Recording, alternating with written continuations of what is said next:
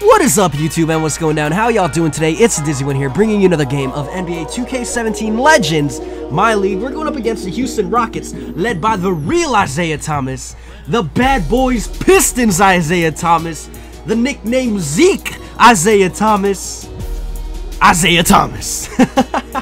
Not the fake one. We faced him last time. We're not talking about the 5'9" Isaiah Thomas. We're not talking about the guy who injured his hip in the playoffs, Isaiah Thomas. We're not talking about the 60th pick in the draft, Isaiah Thomas. We're not talking about the almost 30-year-old that's asking for big money, Isaiah Thomas. We're not talking about the fake Isaiah Thomas. We're talking about the real one. We're talking about NBA champion Isaiah Thomas, who played in the finals with a bad ankle, Isaiah Thomas. We're talking about the legend, the Hall of Famer, Isaiah Thomas.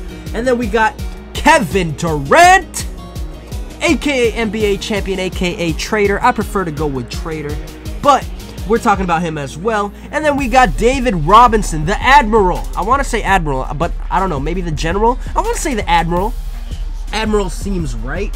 And then you got Jamal Crawford, my favorite player in the NBA. He's now on the TiMBErwolves, signing a 2-year deal to come off the bench for that squad over there. He's going to do nice things for the TiMBErwolves. I'm going to be watching them like crazy this season, as well as the Sacramento Kings, the Philadelphia 76ers, the Phoenix Suns, and I'm also going to be watching the Houston Rockets, because Chris Paul's on that team as well. But I'm still a Clippers fan, staying strong, even though it hurts. Doc Rivers coming out saying, I don't think we regressed this season. Well, guess what, Doc? We regressed. We lost Chris Paul. And you brought Danilo Gallinari. And I don't mind Milos Teodosic. I don't mind that signing at all. He is my favorite passer, like, of all time. I love watching his passes. Him and Magic Johnson, their passes are just whoop, out of this world. So, yeah, I don't mind that sign. Defensively, he's going to be a little bit of a problem to to keep up with guys like Russell Westbrook and stuff like that, but hey, I don't mind it at all. On offense, he's gonna put out, he's gonna show out, and we're still gonna have Lob City for at least one more season. But yeah, I forgot to mention, yeah, we were talking about Jamal Crawford. He's a professional amongst professionals. This guy is an absolute, he's the nicest guy ever. He is a genuine human being. If you've ever seen an interview with Jamal Crawford, he is just the nicest person ever. He is my role model off the court, because most NBA players, oh, David Zerbo with a nice and one layup, but off the court, NBA players, you tend to get a sense that they're arrogant, that they're, at the top of the world, and they kind of are on top of the world. They're getting paid millions and millions of dollars to play a game that they work hard at, and they do deserve, because they do represent cities and they do represent a brand, and people pay to see that brand. But you get a sense that most of them are arrogant, and that they're out of touch with the real world. But with Jamal Crawford, it's just, he's a really genuine guy, and it's really nice to see that there are still people in the world that, even though they are getting paid millions of dollars, and they know that, hey, they're at the top of their field pretty much in the NBA. That's the best of the best in terms of basketball. He's still a genuine, nice, decent human being, and you get the sense that he actually is nice and not just, putting it on a show for the cameras. And I'm not saying that there's no other NBA players like that, but I don't know, Jamal Crawford, when he plays, he's a flashy type of player, but in real life, he's just down to earth and easy to talk to. And if you just watch his interviews. Anyways, with that being said, they have one more guy in that starting lineup. Whoo-wee! This guy, he is, I don't know how to put this. He is the GOAT, the greatest of all time. He is the White Mamba. He is the master of the three-point fadeaway dunk with his eyes closed. He's Brian Scalabrine. You ever seen this man play, and you will know the meaning of greatness. You will actually sense the...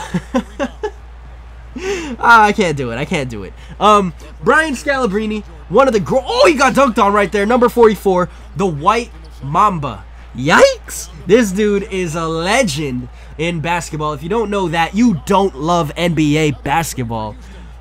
It's just an ongoing joke. I mean, no, it is not a joke. It is real. He is the greatest player of all time. I was just talking about Jamal Crawford and how nice he was.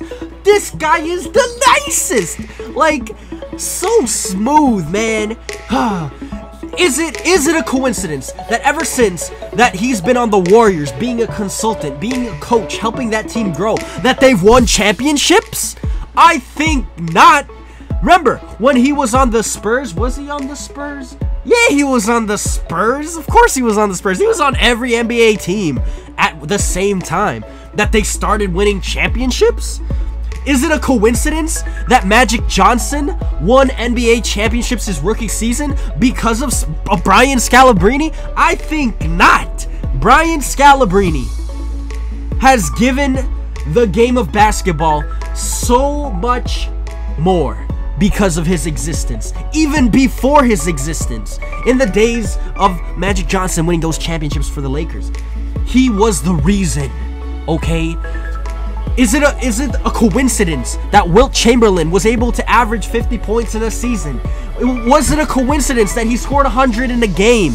No! It was because the spirit, the ghost, the pre-ghost of Brian Scalabrine was guiding his arms to all of that greatness. Brian Scalabrine, or as I like to say, Brian Scalabrine. This guy is the true NBA legend. People say Michael Jordan's the GOAT. Well, Brian Scalabrine is the goatiest GOAT of them all, okay? He was on Chicago. You know why? He took up the mantle. Because, you know, Michael Jordan retired, so he was like, well, Chicago needs someone. So it might as well be me. And then he went to Boston, and Boston won a championship. This guy wins championships wherever he goes, except Chicago.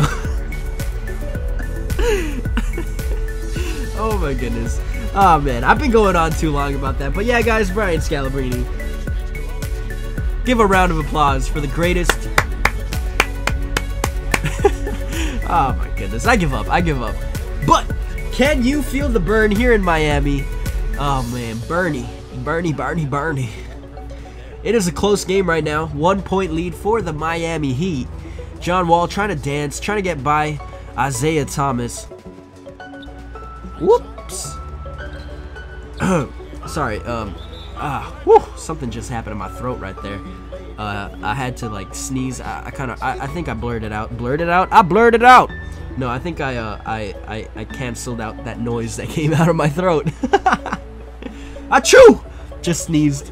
Anyways, let's start this fourth quarter off right. We are pulling away, but Houston is fighting back.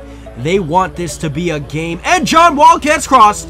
John Wall's been getting crossed a lot lately. He's been stuttering. His defensive stance is not helping him at all. And ooh, that pick and roll was nice. I wanted to say Katy Perry. Katy Perry found David Robinson. No, Kevin Durant really just doing what he got to do. But Zerbo giving us a 6-point lead, and it's pretty much over right there. That was the dagger, and as soon as we hit that, the game was pretty much over. They fought back hard to get back in the game, but it was too little, too late. Not even Brian Scalabrine, Kevin Durant, Isaiah Thomas, Jamal Crawford, and David Robinson could contain our greatness. That's the end of the game, guys. We actually won it. I was really hyped at the start of this video, and I decided let's calm it down just a little bit, be a little bit more genuine. But yeah, David Zerbo, player of the game. All stats are doubled, so it's actually 40, 12, 4, 4, 1, and 1 turnover. And then you got David Robinson with 46, 16, and 6. That's the end of the game. We come away with it. 30 points in the paint, man. That's crazy. But thank you guys so much for watching. Hope you guys enjoyed. Make sure to leave a like and subscribe if you did. Adios. See you next time. Brian Scalabrine.